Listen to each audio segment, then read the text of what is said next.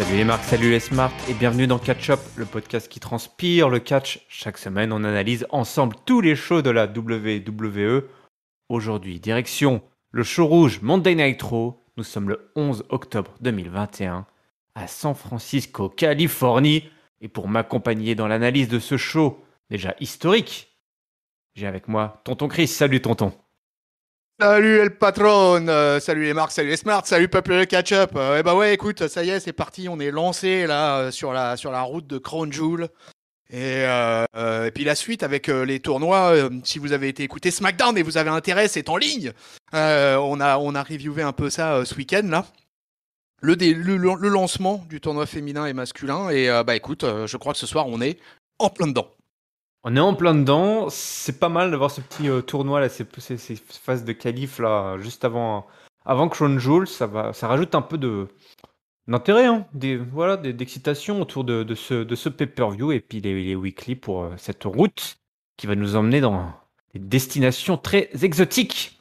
Et l'exotisme, tonton, on en a eu dès l'entrée puisque le bel homme a ouvert le show, Drew McIntyre, alors l'épée, la musique. La cornemuse, tout est là. Hein. La complète. La complète, le package complet. La galette saucisse. Ah oui, la bonne avec galette. Avec des tomates, des oignons et...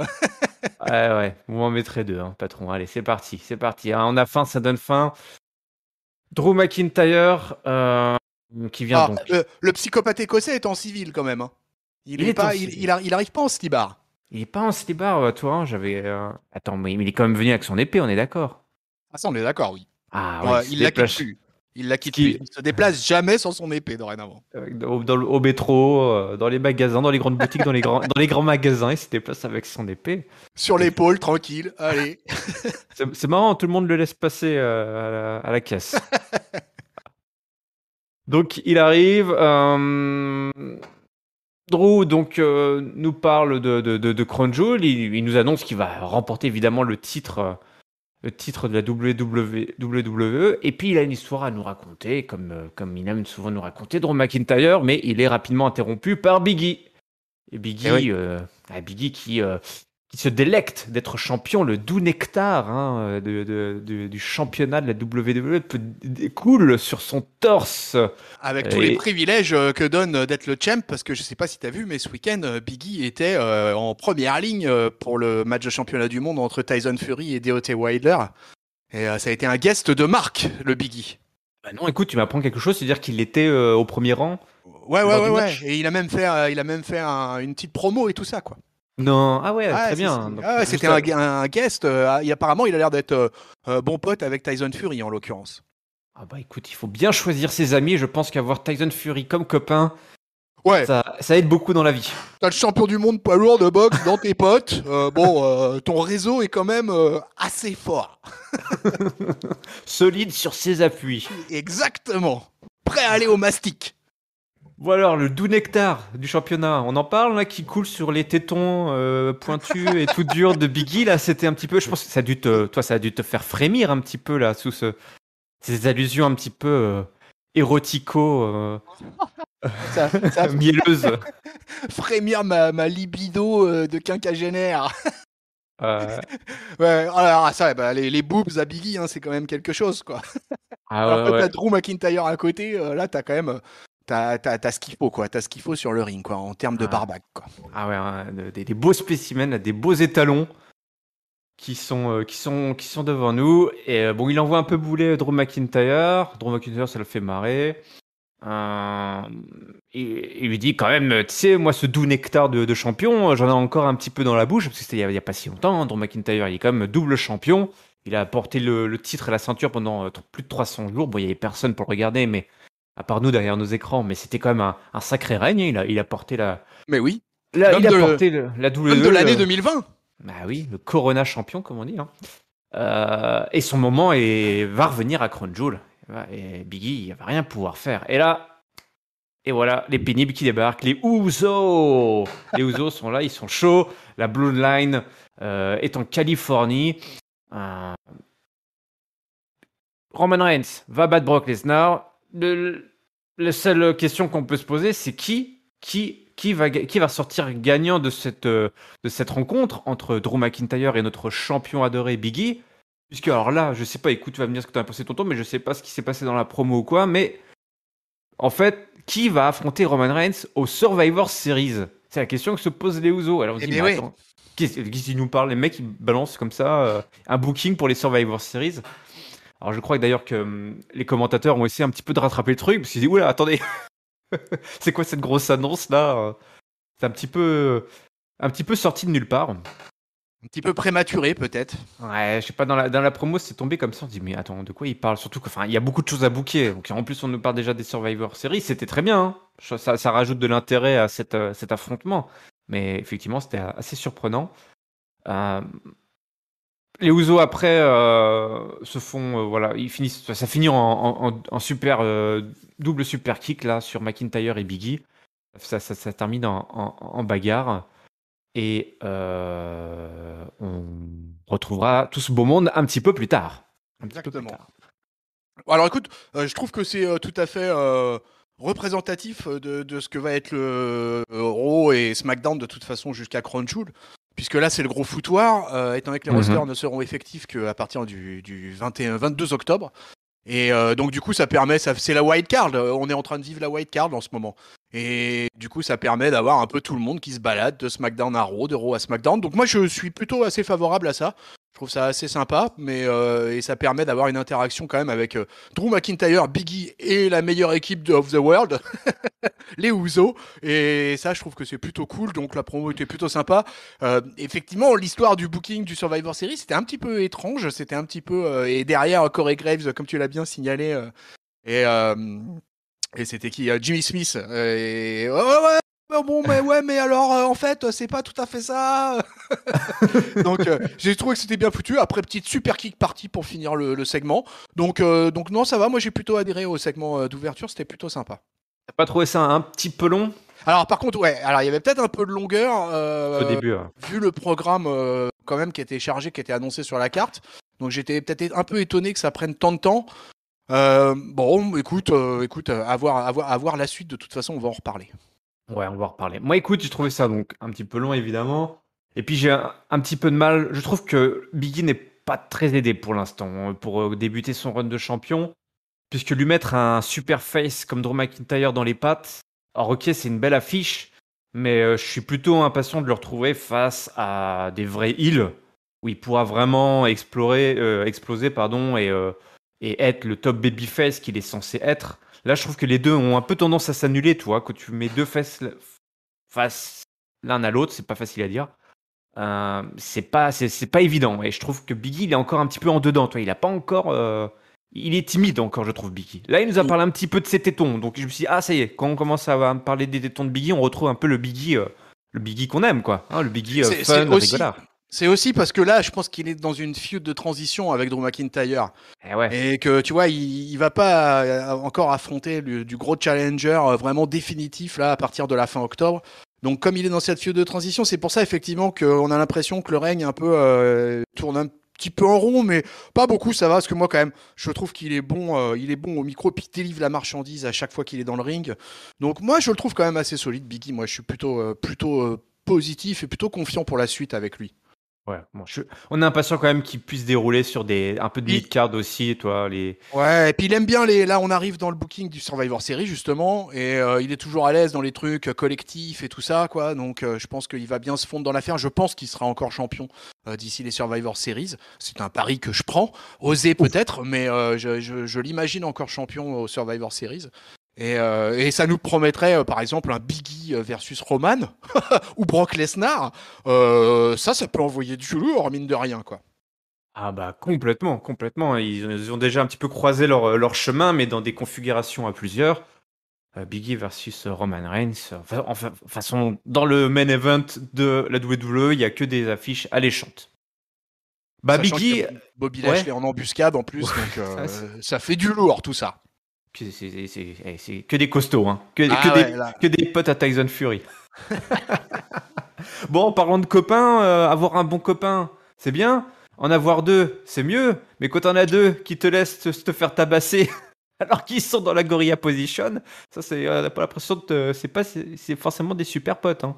Parce que t'avais comme Xavier Woods et Kofi Kingston qui étaient backstage pendant que Biggie se bouffait les smells des Usos. Ils avaient une petite interview là, leur disant, Ouais. à propos du fameux King of the Ring, t'en parlais tout à l'heure, hein, le tournoi qui prend, qui dit bah attendez, Monsieur Woods, Monsieur Kingston, qu'est-ce qui se passe si vous vous retrouvez l'un face à l'autre, parce qu'ils sont dans le même groupe, hein, groupe B on va dire, ils sont en partie droite du tableau. Dans la Et version ouais, et les dans la gars partie, t'as la répondent partie pas Raw et vraiment t'as la quoi. partie SmackDown. Ah bah voilà, tout simplement, tu l'as très bien expliqué, tu l'as très bien expliqué. Et puis les mecs ils disent rien et puis ils s'en vont. Voilà. Donc c'est Ils pas des. rigolent.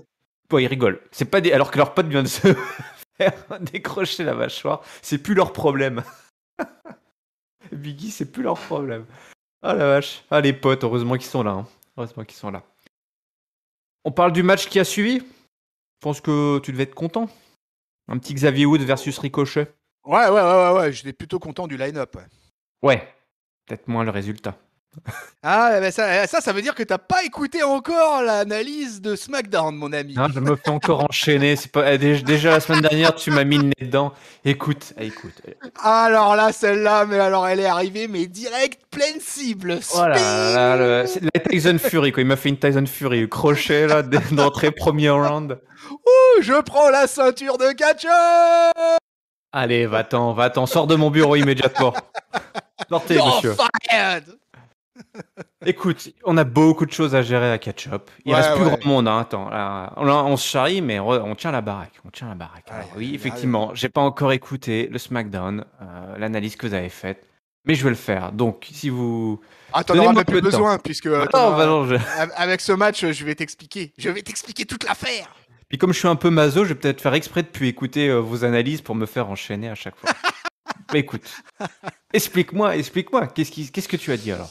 Ah bah non, mais en fait, si on fait on a parlé longuement du King of the Ring avec Géliel et Papy, et on a donné à la fin de la review, je spoil la review, mais on a donné à la fin nos favoris en fait pour le tournoi féminin et masculin, Oui, et évidemment. tous les deux ont donné Finn Balor en vainqueur, et moi j'ai donné Xavier Woods. Donc malgré le fait qu'il affrontait Ricky Labelvie, qui est un de mes chouchous, il n'y a pas de problème. Mais malgré tout, Ricky, je ne l'attendais pas à la victoire face à Xavier Woods. Xavier Woods me paraît particulièrement motivé à la perspective d'être King of the Ring. Et je sais pas pourquoi, je le sens bien. Là, je sens bien une finale Xavier Woods, Finn Balor, et je sens Xavier Woods vainqueur. Et donc, bah, c'est ce qui s'est passé. On a eu un beau petit match de 11 minutes. Du coup, je fais un peu le play-by-play. Ouais, Et vas-y. un joli, vraiment un beau match, quoi. Enfin, moi, j'ai trouvé 11 minutes, opener catchesque d'euros, vraiment de super qualité. Un Xavier Woods comme je l'attendais, c'est-à-dire archi motivé, quoi, qui s'est envoyé face à un voltigeur. Donc là, il faut y mettre. Donc il nous a fait son fameux diving elbow à la Macho Man. Et vraiment, on a eu quelques moves, quelques superplex quand même assez fantastiques, quoi. Et je sais pas, il y a eu un espèce d'enchaînement où il fait une superplex Woods. Et après derrière, je crois que c'est un Falcon Arrow ou je sais plus ce qu'il fait, mais enfin vraiment Woods, moi je l'ai senti archi motivé. J'ai trouvé que le match était super agréable à suivre. Et finalement, comme je l'avais annoncé pour la review SmackDown, victoire de Xavier Woods qui part en demi-finale. Ah ok, c'est ce que tu avais prédit, mais c'est pas Eh forcément ouais. ce que tu aurais aimé se passer. T'aurais un petit King Après, Ricochet, ça t'aurait fait plaisir aussi. mon petit cœur, mais Ricochet, il est pas fait pour un. Alors ça aussi, on en a longuement parlé, tu vois, mais le problème, c'est qu'on est beaucoup à penser que le King of the Ring, c'est un titre un peu heel, qui est souvent détenu par un heel. Et que donc, faut vraiment avoir un face vraiment motivé, vraiment over pour tenir le rôle de King of the Ring. Ouais. J'aurais jamais vu Ricochet dans un rôle de King of the Ring. C'était pas, pour moi, c'est pas crédible, quoi. Il aurait Moi, je veux fondu sous le poids de la couronne. voilà. Moi, mon booking pour Ricochet, son avenir à ce garçon, c'est que à SmackDown, là, il aille dans la title picture du titre intercontinental.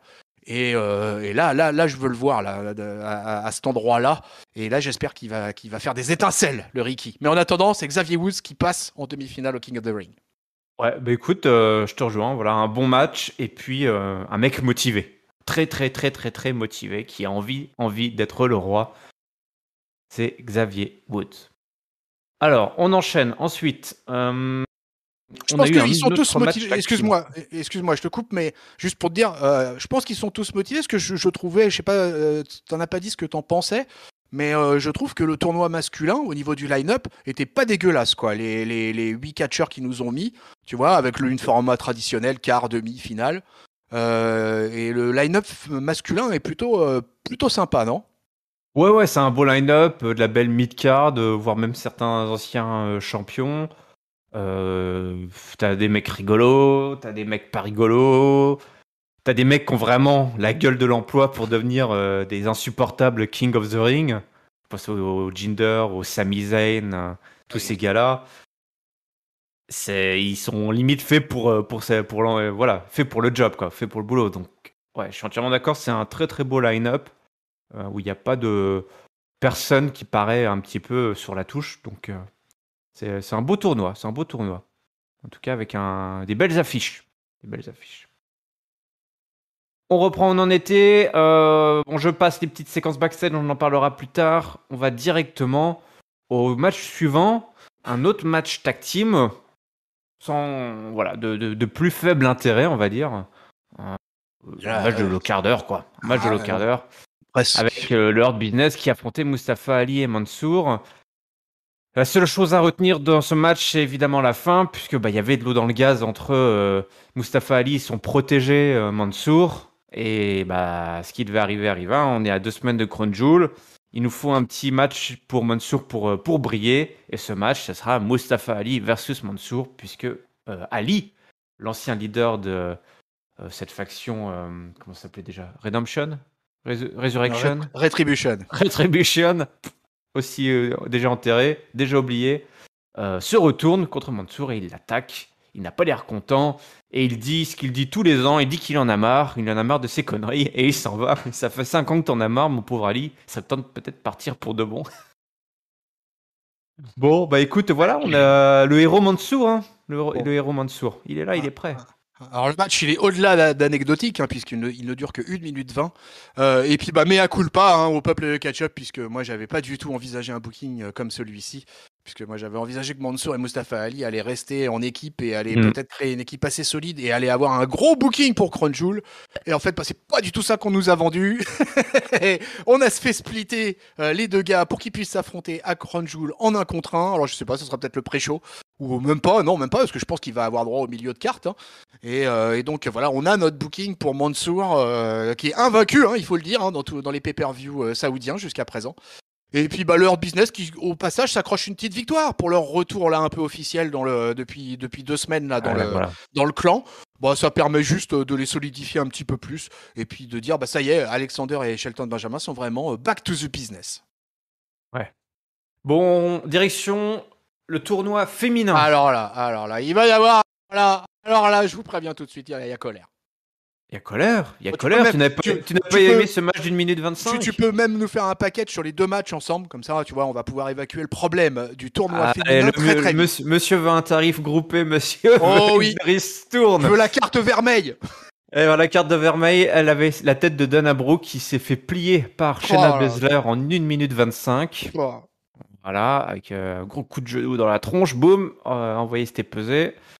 Et de l'autre côté, le deuxième match, c'était Doudrop contre Natalya. Un match plié en 3 minutes avec un petit paquet qui compterait un sharpshooter de Doudrop pour offrir à la nouvelle arrivante son ticket face à Natalya. Holy shit, Natalya qui était tout en beauté ce soir, mais il aurait mieux fallu faire plus attention à ce qui se passait entre les cordes qu'entre son corset. Alors, ce tournoi féminin, ça valait le coup, non ? Oh mon dieu. Alors, ça, j'ai quand même des infos incroyables sur ce tournoi féminin. Alors déjà, le line-up. Alors j'en ai parlé à SmackDown, donc je vais être un peu répétitif pour ceux qui ont écouté SmackDown, mais c'était une catastrophe. C'est une catastrophe, il faut bien le dire. Tu l'as vu, SmackDown, de toute façon. Donc, c'était déjà une catastrophe du côté des filles. Ça a été une catastrophe pour ce Monday Night Raw. En temps cumulé, les 4 matchs sont à 8 minutes 12. C'est un truc de fou. Et en plus, le line-up est quand même archi dégueulasse. C'est dégueulasse. Il y a qu'une seule, peut-être probable, possible main eventeuse sur les 8, c'est Shayna Baszler, et qu'on voit pas comment le titre pourrait lui échapper, la Queen of Spades. Quand tu penses que la finale du côté, la finale de conférence, du côté de SmackDown, c'est Zelina versus Carmella, quoi. Wouh, wouh. Où tu te dis non. Et là, et si tu veux, après ce qui s'était passé à SmackDown, justement, je m'attendais qu'à Raw, je me suis dit, avec les 2 matchs féminins de Raw, ils vont peut-être faire un effort, ils vont donner plus de temps, ils vont vouloir rendre Shayna Baszler peut-être encore un peu plus fort, donc elle va avoir un peu plus de temps de ring ou de promo ou de choses comme ça. Mais non, non, non, on nous a dégueulé un truc dégueulasse. Dégueulasse, vite Oh fait, là vite là fait, là mal là fait. là. Ah ouais, alors là, le tournoi féminin, mais le plus mal géré, autant ils ont fait des trucs superbes avec le pay-per-view Evolution, avec le fait que les filles accèdent dans les main events de pay-per-view. WrestleMania. Ouais, WrestleMania, et puis régulièrement sur les weekly aussi, quoi. Tu vois une Bianca Belair qui fait un back-to-back sur les main events de SmackDown Hero. Enfin, je veux dire, les femmes ont des fois ont un traitement qui peut être vachement bien ces dernières années. Mais là, ah là là, là, alors là, ils sont passés complètement à côté de ce tournoi féminin. Là, c'est une catastrophe, c'est à chier, c'est acheté à la poubelle. Est-ce Et que même le avec problème... le corset de Natalia. Ouais, je sais, je sais. Le problème, c'est la mid-card qui est inexistante, en fait. Dans la division féminine, tu as, comme tu l'as Ouais. dit, les main eventeuses d'un côté, qui ouvrent et ferment tous les shows.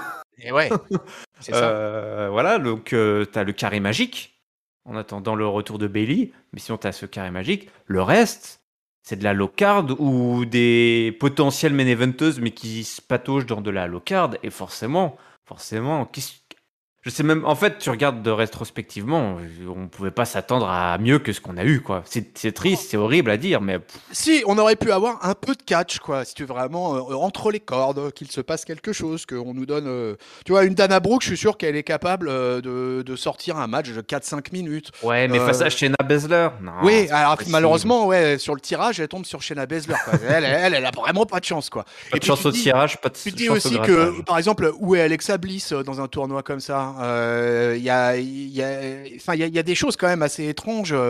Je sais pas. Enfin, pour moi, ils sont à côté de la plaque là sur le tournoi féminin. Ils se sont vraiment bien foirés là.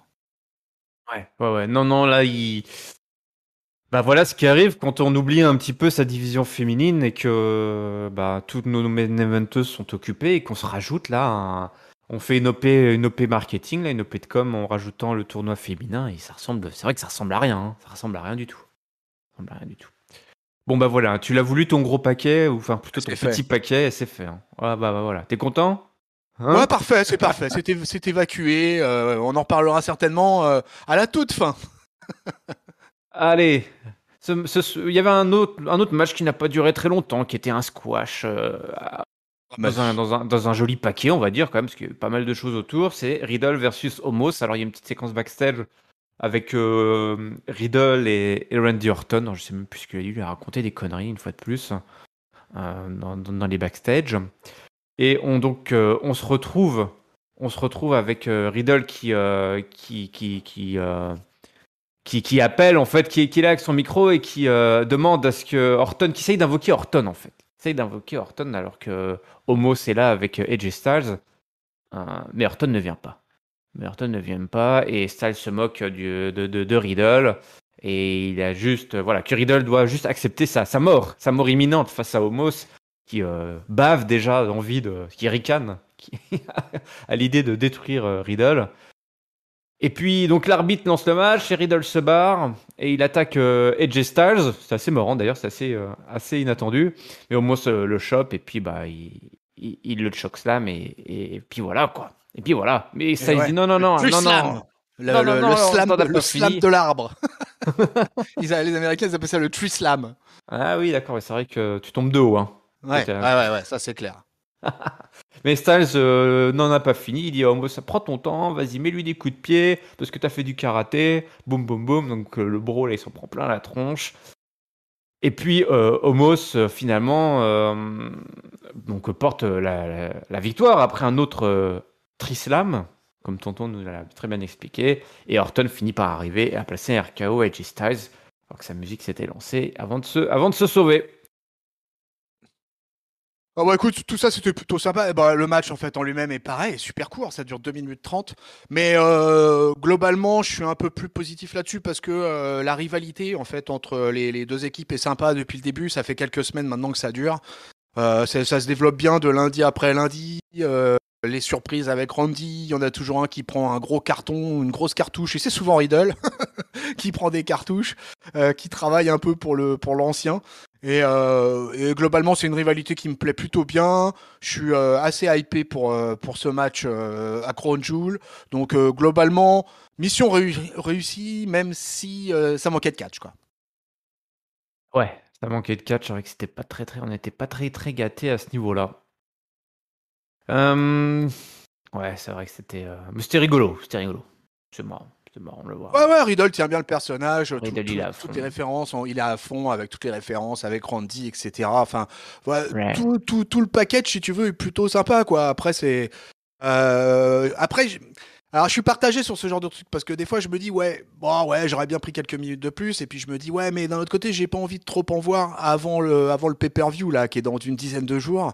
Donc je me dis bon allez ouais bon tant pis on fait un truc un peu marrant un peu comédie wrestling et puis ça passe bien puis Homo c'est quand même un sacré monstre et Styles est quand même moi enfin au micro lui il y a pas de problème quoi voilà quoi le mec il tient la cadence sans problème avec le mic et donc du coup ça donne une rivalité assez rythmée et c'est plutôt cool.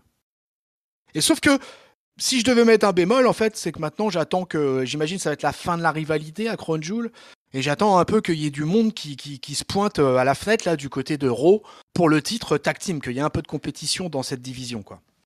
Oui, il y a eu des nouveaux arrivants, donc vu que la draft prendra effet au lendemain de Crown Jewel, si je dis pas de bêtises, il y a tous les nouveaux arrivants. Il y a eu des échanges qui arrivaient. Il y a eu les War Raiders qui sont partis ou qui sont arrivés, ou l'inverse, c'est avec les. Il y a les Street Profits, Les Street Profits. il y a les Los Mysterios. Ouais, Non, il y a voilà. quelques équipes qui sont arrivées, là, de toute façon. Donc, on va voir. On va voir ce que ça va donner, la suite.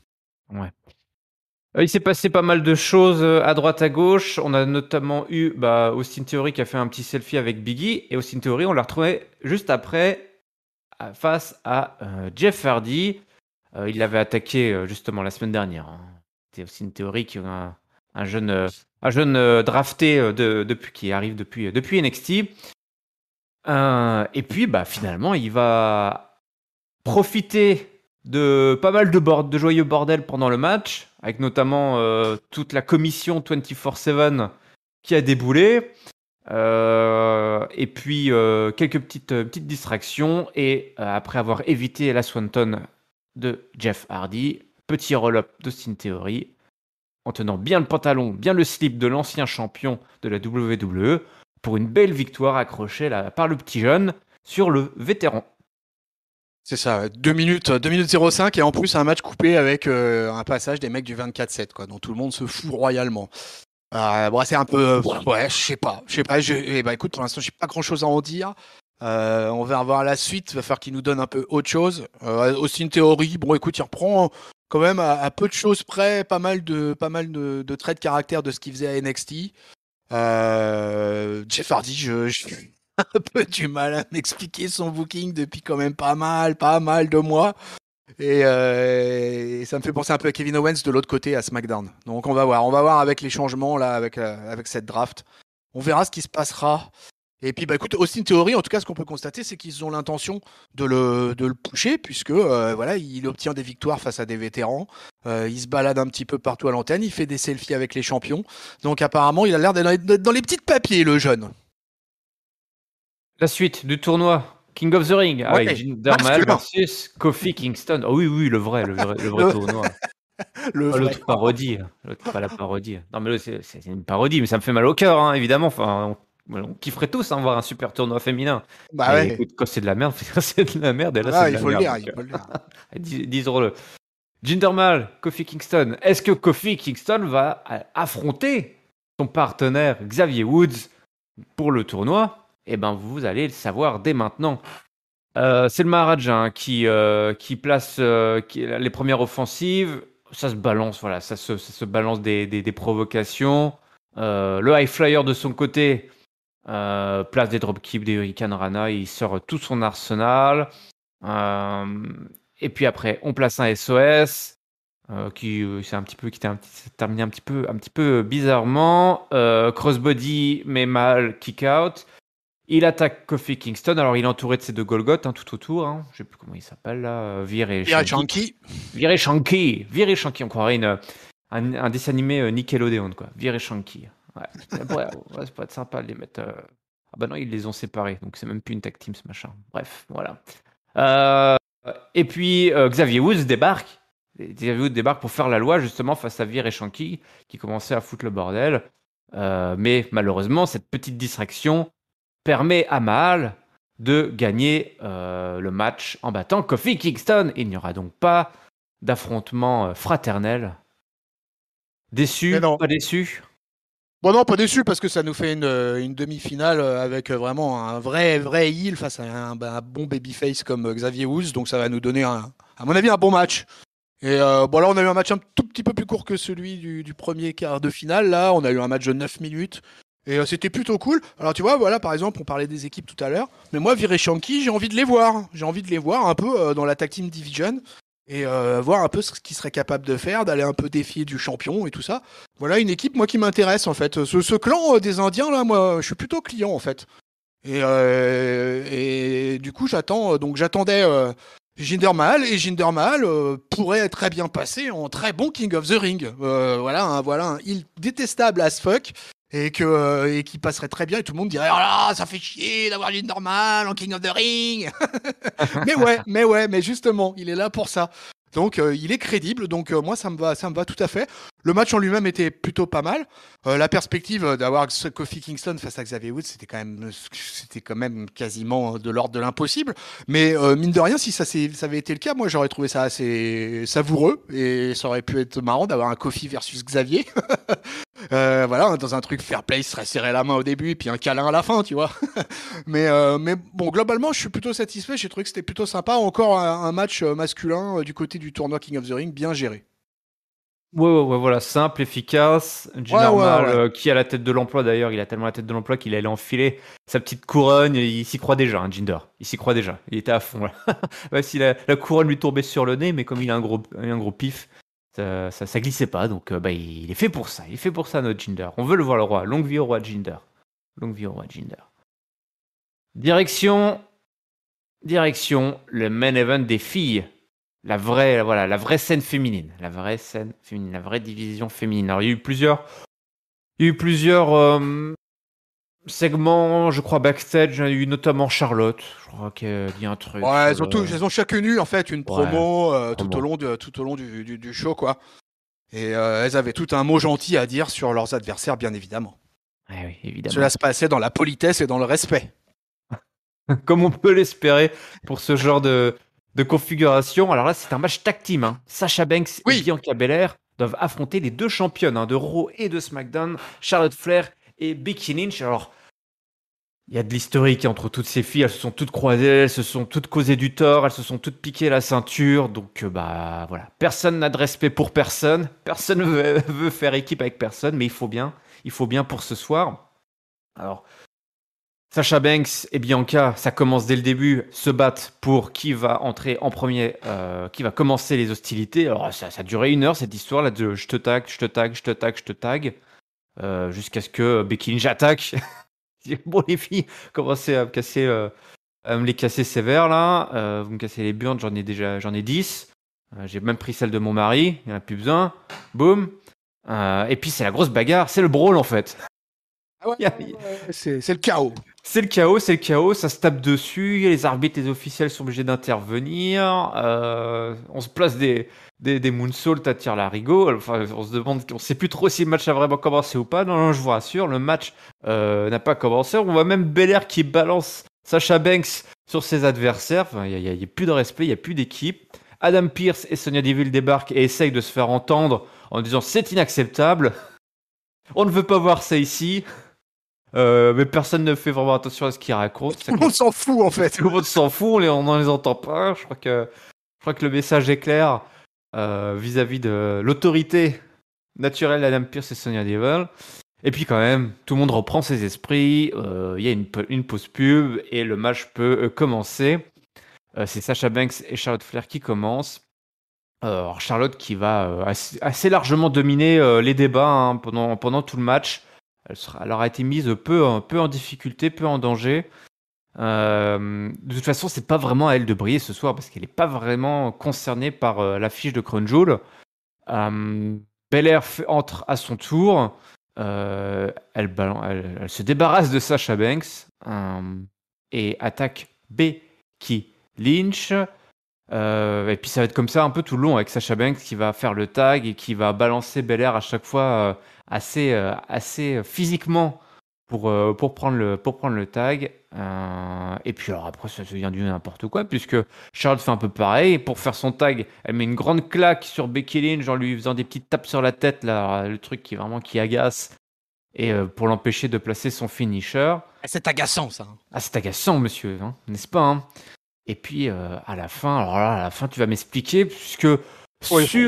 sur le principe que Bianca Belair attaque Sasha Banks, ou en tout cas elle la balance hors dehors du ring, l'arbitre signe une double disqualification, parce que c'est le bordel, et que du coup tout le monde continue à se mettre sur la tronche jusqu'à ce que Becky Lynch soit la seule à être encore debout. Jimmy Smith annonce même un no contest en fait au commentaire lui. Oh d'accord, c'est carrément nos contestes. Bah, je pense que c'est la facilité. Quand on sait plus vraiment ce qui s'est passé d'un point de vue arbitral, vaut mieux signaler un no contest. Je pense que c'est le meilleur call que tu puisses faire quand tu es au commentaire. Dire, oh bah écoutez, un no contest. Par décision arbitrale, un no contest. C'était complètement ça. Bon, écoute, c'était le match. En fait, officiellement, le match aura duré 5 minutes. Mais tout ce segment aura été beaucoup, beaucoup plus long finalement. Puisque dès le début, ça va pas. Et au milieu, ça va pas. Et à la fin, ça va pas. Et à la fin, ça va pas non plus. Et c'est un peu le chaos tout le temps. Et ben, moi, j'ai trouvé que j'ai bien aimé en fait ce bordel. J'ai trouvé que c'était plutôt sympa. Et que finalement, ça s'envoyait tellement entre les nanas. Parce que quand même tous les passages à chaque fois que ça remontait sur le ring et tout ça, c'était pas là pour rigoler quoi. Ça s'est balancé de la souplesse, ça s'est envoyé. Sacha qui me paraît bien en forme, ça a dû faire plaisir à ringside. Et je parle physiquement quoi, vraiment en termes athlétiques. Et puis face avec une Bianca Belair, moi que je trouve énorme de sortie en sortie. Plus ça va, plus elle m'épate dans le ring. Et vraiment là du coup ça donne une belle confrontation quoi. Enfin moi. Du coup, j'ai vraiment beaucoup aimé tout ce segment féminin, malgré que ça n'avait quelque part pas de sens et que c'était finalement une espèce de bagarre gratuite, un peu orchestrée, un petit peu autour d'un match, quoi. Mais voilà. Mais par contre, un truc qui pour moi a sauté aux yeux dans ce Monday Night Raw, c'est que c'est là où tu vois vraiment la différence entre les main eventeuses et puis toute la low mid card de la division féminine. Là, il y a vraiment un gouffre qui ne peut être couvert parfois que par Shayna Baszler, et Bayley, mais Bayley est pas là, donc on peut pas juger là actuellement. Mais vraiment, il y a un gouffre là. On a vu ce que c'était un angle, tout ça fait avec les grosses cadors de la division, et puis un Queen of the Ring complètement à chier. Ouais, bah voilà, il y a tout un monde, tout un univers entre ces main eventeuses qui occupent tout l'espace là, avec des grosses configurations, des gros match-up, des filles super athlétiques, qui ont des personnages hyper forts, qui Hyper sont établis. Ah ouais, voilà, qui font des main events, qui font les openers, les main events, des weekly, des pay-per-view. Ça c'est effectivement. Et de l'autre côté, c'est l'ancien monde en fait. C'est l'ancien monde qui nous traîne encore un petit peu là, qui est toujours là derrière nous avec. Des filles ridicules qui font des matchs de moins de 2 minutes, qui se terminent sur des roll-up avec des tournois complètement cons. On se dit pour à quoi bon Enfin voilà. Effectivement, là, il faut construire, et ça, c'est quelque chose. Ils ont plus de quoi construire parce que dans tous ces. On parle de low card, mais t'as comme des anciennes championnes. Les Carmella, les Natalia, les Shayna Baszler, tout ça, c'est quand même des filles à qui on a donné les clés du camion pendant voilà, à une certaine époque et qui. Sans être qui sont clairement pas au niveau de ce qu'on vient de voir là, hein. Attention. Ça va pas, ça va pas. Tu fais monter des filles là, il y a peu de NXT, etc. Il y a des filles qui sont arrivées avec Tony Storm, même Rhea Ripley. Rhea Ripley, ça fait pas si longtemps que ça qu'elle est dans le main roster. Ah bah on l'a Pourquoi vu Rhea Ripley avec Tony Storm, tu te rends compte, elle se fait rouler Nikki, dessus. c'était. Bah oui, je sais. Bah Tony oui. Storm, elle se fait rouler dessus, quoi. Alors que tu peux dire, bon, bah, peut-être Ah oui, qu'elle, ils oui. vont un peu lancer quelque chose. Rhea Ripley, elle aurait eu tout à fait sa place dans ce King of the Ring, quoi. Ça aurait été Et même, génial. ta copine Nikki, je vois pas pourquoi elle aurait pas pu choper un ticket aussi, quoi. Tu vois, c'est un peu dommage tout ça, quoi. Enfin, il y avait peut-être de la possibilité d'avoir un tail line-up, mais bon, on va pas revenir là-dessus parce on va être fâchés. Ah, on va être énervé, puis après on va mettre des sales notes. Des sales Ouais, notes. ouais, on va en reparler. Bon, voilà, clairement, il y a les main eventeuses, et puis il y a le reste. Et le reste du monde. Et le reste du monde. Bon, le reste du monde, il a un toit, et le toit du monde, il y a Biggie, il y a Drew McIntyre dessus. Et ouais, des patrons, hein, des tauliers, qui ce soir affrontent donc les Usos, un match qui était booké un peu plus tôt dans l'émission. Alors, il n'y a pas de titre en jeu ou quoi que ce soit, mais juste, les Usos sont venus envoyer un message. Ils sont venus faire le sale boulot de Roman Reigns qu'ils ont eu au téléphone, je crois, un petit peu plus tôt, lors du séance de passage, pour dire, voilà, ils sont en mission. Ils sont en mission, et leur mission, c'est d'aller tabasser le futur adversaire de Roman Reigns pour les Survivor Series. Ça, on a compris, c'est bon, on a intégré. Sauf que ça va pas forcément être si facile que ça. C'est quand même Biggie, Ah non, et c'est quand c'est même jamais Drew simple en McIntyre. catch. Rien n'est simple. Alors, on commence avec Jimmy et Biggie dans le ring. Voilà, le Powerhouse qui domine complètement Uso après pendant le début de ce match. Et puis lui, d'ailleurs, avec McIntyre, ils utilisent quelques moves de New Day. Hein, ils font le Unicorn Stampede, si je dis pas de bêtises, au début de ce match, c'était assez rigolo. Jay arrive, ça se balance des coups dans la tronche. Et puis, bah, une fois que Biggie est mis dans le coin, c'est les Usos qui, cette fois-ci, le tabassent. Alors, le Biggie est l'homme en péril dans cette histoire. Hein. On attend tous le retour de Drew McIntyre qui fait enfin le hot tag. Mais il se bouffe un double super kick pour le compte de 2. L'Écossais qui contre un Samoan drop et place des neckbreakers sur Jimmy. Voilà, direction l'hôpital. Il s'apprête à placer son finisher, mais Biggie fait son tag. C'est un petit peu le... Enfin voilà, c'est une ficelle qu'on aura vu beaucoup ce soir, hein, entre les filles et les garçons. Ces équipes là de rivaux, avec des mecs qui se taguent dans le dos pour se choper les finishes. Mais voilà, Biggie se bouffe à son tour des gros super kicks dans la tronche, mais il se relève. McIntyre en profite pour virer Biggie et tenter le tomber. Ça se bagarre côté ringside, mais le pauvre Écossais, il se retrouve quand même la tête ouverte. Hein. Il est en sang. Il est en sang.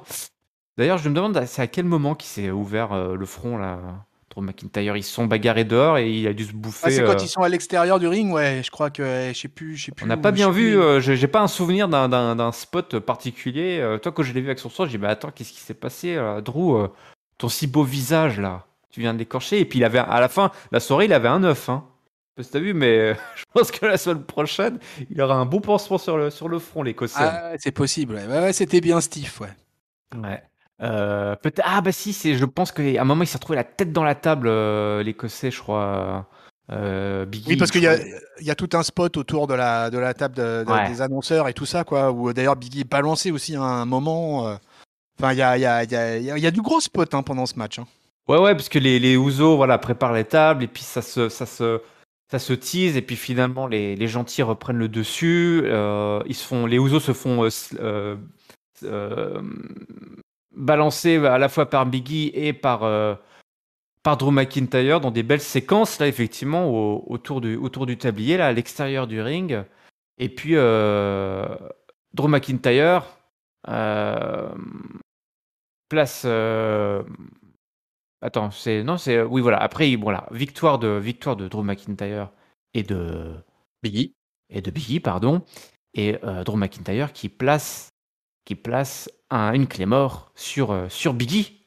Et ouais, pour finir en beauté. Pour finir en beauté, et c'est l'Écossais, écoute, hein, c'est l'Écossais tout simplement qui qui clôture le show. Il est debout, et il est fort. Et pauvre Biggie, là, on parlait de ses débuts de champion pas faciles parce que voilà, il est un peu noyé dans des grosses configurations. On le voit pas tant briller en solo que ça. Et là, en plus, le pauvre, là, il bouffe la semelle, la pointure 46 de l'Écossais. Coup dur, là. C'est dur, là, pour le champion.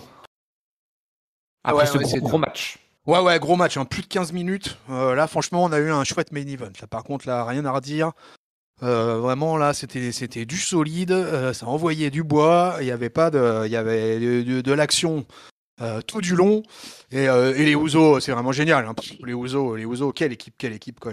Moi, je me lasse pas des Ouzo quoi. Vraiment, ils sont autant incroyables dans le ring que capables au micro. Donc vraiment, ils ont le total package là. Et en plus, ils sont dans le clan peut-être le plus incroyable qu'on ait eu ces dernières années là avec la Bloodline.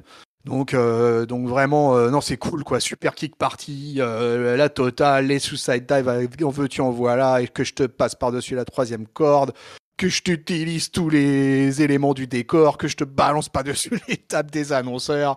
Ah, c'est la totale. Là, vraiment, on a eu un match avec la totale. Si tu connais pas le catch, t'arrives, tu vois, t'as un match par équipe, tu tombes là-dessus. Avec les Golgoth de la WWE, parce que même si les Usos sont plus petits en termes de taille, c'est quand même des gars trapus. Hein, on n'a pas envie de rigoler avec eux, ça serait des bons 3e lignels de rugby. Et du coup, ça donne un truc spectaculaire pour finir Monday Night Raw. Donc ça, c'est toujours cool pour finir un weekly. Et puis à la fin, effectivement, Drew qui se présente en haut de la chaîne alimentaire, hein, finalement, hein, qui dit voilà, hein, c'est moi je suis là et qui sait que je reparte avec le titre d'Euro et peut-être que ça rebattrait les cartes du côté du draft. Je sais pas ce qui se passerait dans ces cas-là. Je sais pas. Qu'est-ce qui pourrait se passer? Imaginons un truc de fou. Drew récupère le titre de Monday Night Raw et il bat Biggie à Crown Jewel. Qu'est-ce qu'on fait, mes amis? En tout cas, c'était dans l'absolu, ouais, c'était bien. Mais c'est bien les Ouzo qui gagnent le match. Hein. Oui, c'est ce que j'étais en train de me dire. C'est pour ça que j'avais une petite minute parce que j'étais en train de me dire, mais attends, en fait, je me suis fait la réflexion. Pourquoi j'étais plongé dans mes pensées? C'est pas parce que j'étais en train de me demander ce que j'allais bouffer ce midi, même si j'y pense en même temps. J'essaie d'être multitâche. La seule chose que je te fais pas, c'est écouter les analyses de SmackDown. Ça, j'ai compris, tonton. Pas de problème. Mais j'étais en train de me dire, je me suis fait la réflexion qu'en fait, on a eu comme 2 fois un peu le même match avec les filles et les garçons, avec des partenaires qui n'arrivent pas à s'entendre, et surtout un no contest ou un DQ à la fin à cause d'un et McIntyre, ils ont été décomptés à l'extérieur. À l'extérieur. Et c'est ça qui s'est passé. Et les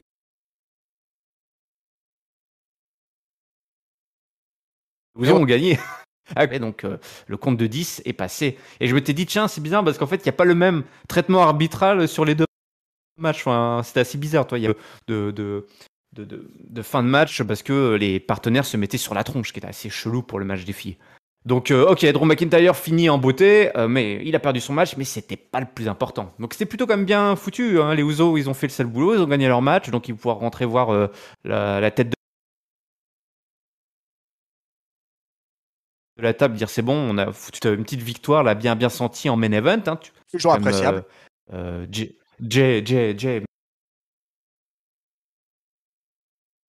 event. Et ça, tu l'as dit. Biggie, là, Biggie, c'est bien. Biggie, va falloir gagner. Va falloir gagner à Crown Jewel. Hein. T'as intérêt à gagner parce que sinon. Pour l'instant, c'est mon favori en tout cas. Oui. Bah après, voilà. Tu pensais, c'est du booking inversé, comme on dit. C'est du booking inversé. Mais je suis vraiment impatient de le voir parce que j'avais beaucoup adoré son match face à Bobby Lashley en cage à Raw, qui était, qui effaçait la frustration de ne pas l'avoir vu en single match au pay-per-view la nuit d'avant. Donc là, je suis impatient de voir ce match à Biggie contre McIntyre. Je serais presque tenté de dire le premier gros challenge de Biggie, tout simplement, hein, depuis qu'il a glané cette ceinture, puisque entre-temps, voilà, il n'y a eu que des configurations de tag team, des choses comme ça. On ne l'a pas retrouvé en grande difficulté, là, Biggie. Donc c'est bien. C'est bien. Il n'y a pas eu de stipulation qui a été rajoutée pour ce match-là, d'ailleurs. Non. Mais c'est bien, ça monte en pression, doucement, tranquille, qui construise son règne. On verra, tu vois, d'ici la fin de l'année où ça en sera. On verra s'il va déjà conserver à Crown Jewel et puis après voir un peu ce qui va se passer pour Survivor Series, qui est toujours un pay-per-view un petit peu particulier dans l'année. Et ça va être sympa, ça. S'il est champion encore après Survivor Series, ça nous inaugure un TLC de fin d'année peut-être savoureux aussi. Ah oui, là franchement, on arrive quand même sur des gros pay-per-view, les Survivor Series et TLC. On sait à Catch-Up et on sait aussi que celles et ceux qui nous écoutent adorent ces gros pay-per-view avec des grosses tipus. J'ai l'impression que ça fait une éternité qu'on n'a pas eu des matchs à échelle, des matchs à table, des matchs bon, à chaise, on s'en fout, mais du fun quoi, toi. On a eu Money in the Bank en juillet quand même cette année. Oui, mais ça c'est voilà, t'as le Money in the Bank, t'es pas le choix, t'es obligé de prendre une échelle pour aller chercher ton ta mallette. Mais là, je te parle vraiment de vrais de matchs à échelle, toi. Ces matchs qui ont fait la grandeur du titre intercontinental dont tu parlais. Voilà, Ricochet dans un super match à échelle. C'est ça qu'on veut voir. Ah mais ouais. Ah bah ça, Voilà. je suis d'accord. Hein. Voilà. Tu prêches un converti là, y a pas Ou de même, problème. tu sais, un Drew McIntyre versus Biggie dans un match de table ou j'en sais rien, enfin voilà, des grosses tipus comme ça là, qui souvent permettent aussi à ces mecs de briller et de lâcher quoi, de lâcher la bride et de se retrouver à faire des gros spots quoi. Surtout avec toi des mecs comme Drew McIntyre, c'est du costaud, on a envie de le voir tout détruire. Là ils ont tout détruit, mais on a envie de le voir détruire encore plus de choses. Bon écoute, c'est l'heure du mot de la fin, mon tonton. Non, j'ai oublié quoi. Tu veux pas Il y a un segment que t'as oublié, je crois.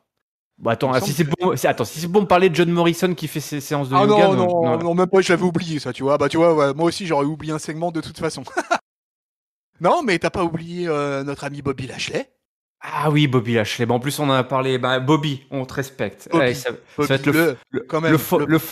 Le Fallout. Parce qu'est-ce qu'il a fait, Bobby? Qu'est-ce qu'il a dit encore? Il est remonté. Il est remonté. Comme une pendule. Et pourquoi il est pas content? Il est pas content à cause de Bill. À cause de Bill. Eh oui, à cause de Bill.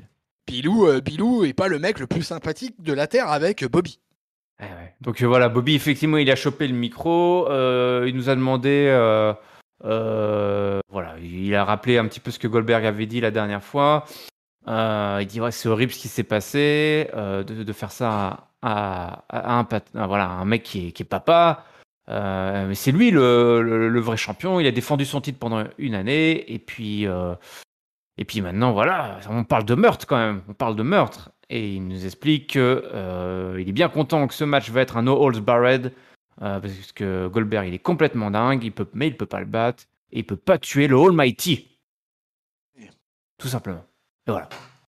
T'es content? On a parlé de Bobby. Qu'est-ce que tu voulais dire de plus sur Bobby? On a parlé de Bobby parce que Bobby, il est là. Attention, là, il est en embuscade. Hein, on l'a mis dans une rivalité rincée à Crown Jewel pour que Bilou puisse toucher son chèque. Hein, on est bien d'accord. Hein, je pense que c'est à peu près unanime.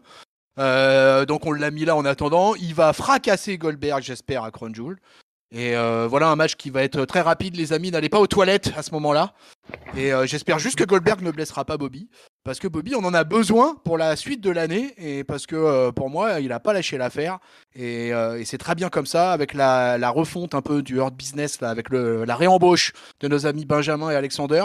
Moi, je suis curieux de savoir un peu la fin d'année qu'on va avoir avec le Hurt Business. On les avait mis tout en haut des awards de catch-up en 2020. Et peut-être qu'avec ce licenciement je sais plus, en mars ou en avril là, de Benjamin et d'Alexander, et puis ce retour en octobre, peut-être qu'on va avoir une belle année avec eux. Donc c'est pour ça que je surveille de près ce que fait le Bobby Lashley, en attendant juste que cette rivalité avec Bill Goldberg se finisse. Et qu'il touche ses dollars. Ouais, voilà, prends ton chèque, Goldberg. Ouais, et puis va-t'en. Laisse-toi détruire. Oh, moi, honnêtement, ça me dérange pas de le voir une fois de temps en temps, que tu veux mettre over un mec, toi. Ouais. On en a plus besoin. Pour moi, il y a plus besoin de ça. Ils ont du star power ailleurs, à la WWE, nom de nom. Ils ont d'autres mecs quand même à afficher. Bobby Lashley, Bill Goldberg. Pour moi, là, ça y est, là, c'est un Hall of Famer. C'est du passé, c'est terminé, quoi. Faut arrêter avec Bill Goldberg. Bah voilà, t'es énervé, c'est pour ça que je voulais pas en parler. Voilà. L'impression comme si t'étais content d'être en colère, mais ça va pas, tonton. Hein? Voilà. Va voir John Morrison, là, il fait du yoga. Ouais, il fait de la méditation. C'est très très bien. Et en plus, ça attire les filles, visiblement, donc c'est tout bénef. C'est tout bénef. Jomo, le cours de Jomo Yoga, là. Le mec a toutes les qualités du monde. Hein. Le mec fait de la méditation, il doit faire à peu près 2 heures de gainage par jour. Sans 1000 pause. abdos, 1000 abdos par jour. On sent que le gars est bien dans sa tête, bien dans sa peau. Oh ouais. Bah, c'est tout le mal qu'on vous souhaite, chers auditeurs, chères auditrices. C'est tout le mal que je te souhaite, mon tonton, avant d'attaquer ce fameux mot de la fin. Enfin. Alors, Comme John Morrison. ton top, ton flop et ta note, s'il te plaît. Allez, c'est parti. Bon, écoute mon flop, hein. Sans surprise. Aïe, aïe. Je crois qu'il y avait le spoiler dans la review de toute façon, Ah oui. mais ça sera pour le tournoi féminin. C'est une catastrophe totale. Voilà, vraiment un foirage du début à la fin. Line-up, organisation, durée des matchs, tout la totale, quoi. Le booking catastrophique, temps d'antenne misérable. Je crois que la liste est très longue, donc je vais pas vous faire la liste de Jericho, mais c'est le flop pour ce Monday Night Raw. Mon top, j'hésitais entre deux trucs en fait, parce que j'ai beaucoup aimé le main event. Je trouvais vraiment que ce Raw se finissait bien grâce à ce main event. On a eu très très peu de catch durant ce Monday Night Raw, beaucoup de matchs entre 1 minute et 3 minutes, c'est même la plupart en fait, à part les deux exceptions avec les deux King of the Ring, donc masculins. Mais qui étaient plutôt sympas pour le coup, moi 2 matchs que j'ai bien aimés. Mais même chez les autres mecs, ils ont eu aussi droit à des matchs de 2 minutes 30, 2 minutes, 5, voilà. Donc du coup j'hésite entre le tag team, parce que moi j'ai aimé le chaos du tag team féminin. Ah oui, oui, on a bien effectivement. Voilà, donc en fait je vais me faire plaisir, je vais me donner un co-top comme ça féminin masculin. Je vais donner au féminin le tag team chaotique des main eventeuses de la WWE, et puis ce petit main event sympatoche de 15 minutes où on s'est bien éclaté, super kick party et c'était bien cool, donc ça le fait bien. Et puis bah ma note elle va être quand même pas super haute parce que même si heureusement en fait qu'on termine par ce chouette main event d'ailleurs, quoi. Ouais.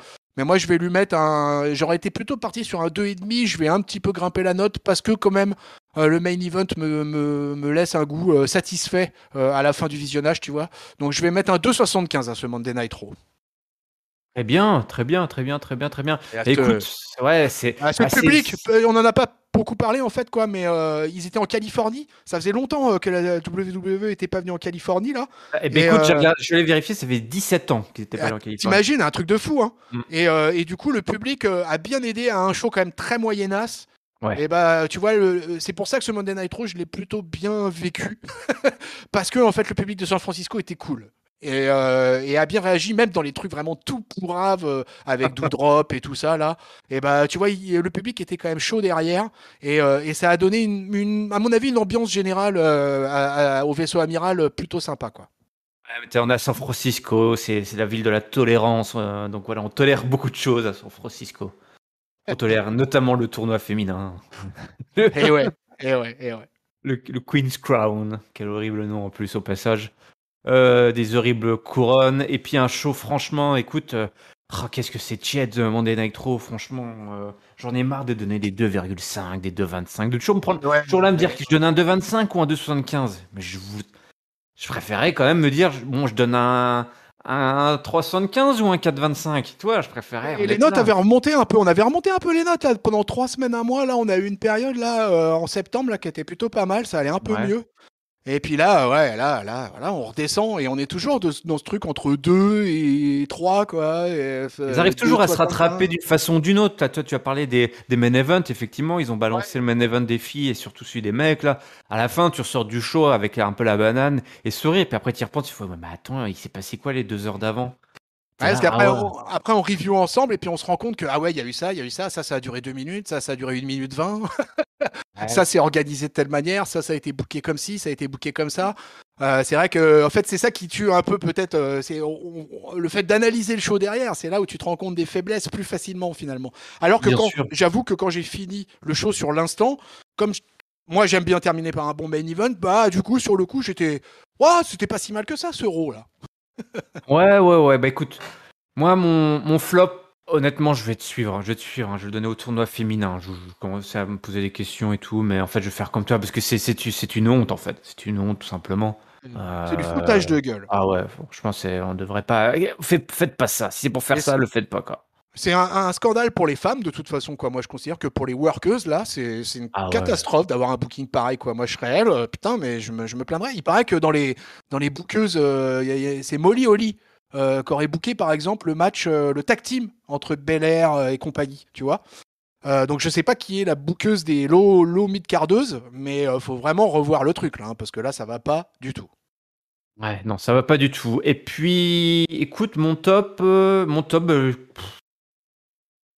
a pas grand-chose qui m'a vraiment excité. Il y a eu des bons moments, il y a eu des trucs fun. Il y a eu pas mal de petites choses fun tout au long du match. Mais je vais le donner aussi à ce main event.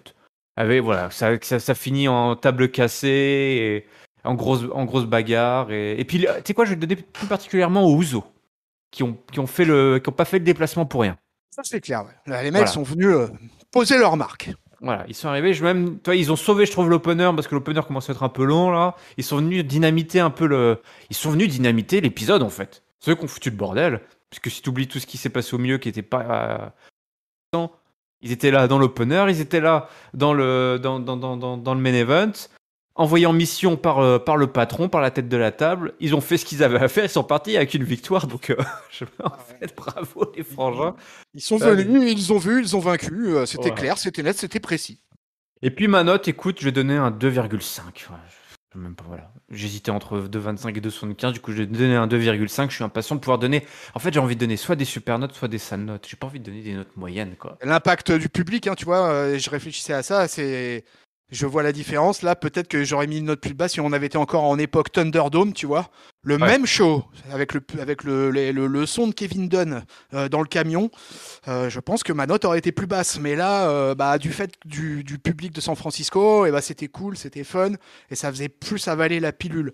Mais Monday Night Raw reste le bichot, hein, point barre, hein, pour moi, hein, c'est clair. Hein, SmackDown, on est dans un autre level. Hein. Même si celui de la semaine dernière était assez moyen, mais malgré tout, sur la durée, c'est SmackDown qui tient la route grave. Hein. C'est Ouais, le ouais. plus grand show des shows. Le Ouais. monde merveilleux du show bleu.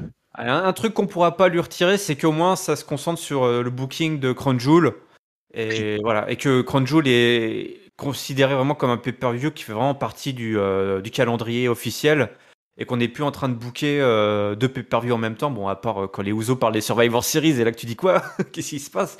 Mais autrement, voilà, on était concentrés. Donc voilà, la direction est bonne, mais c'est l'exécution qui est assez scandaleuse.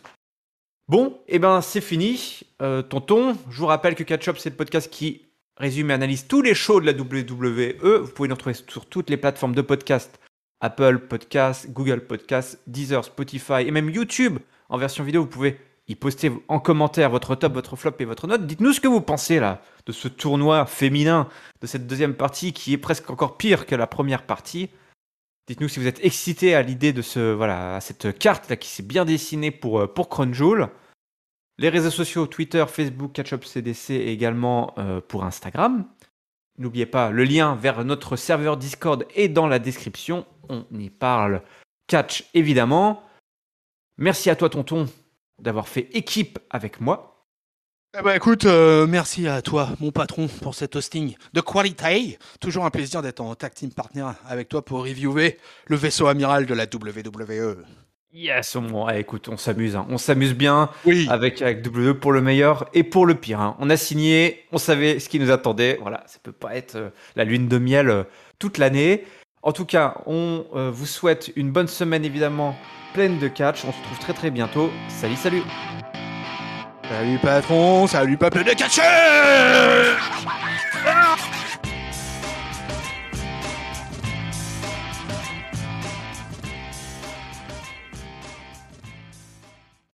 Dédicace au monteur. Le monteur, je l'imagine en train de... Quand il fait son montage, il fait la petite danse de Doudrop.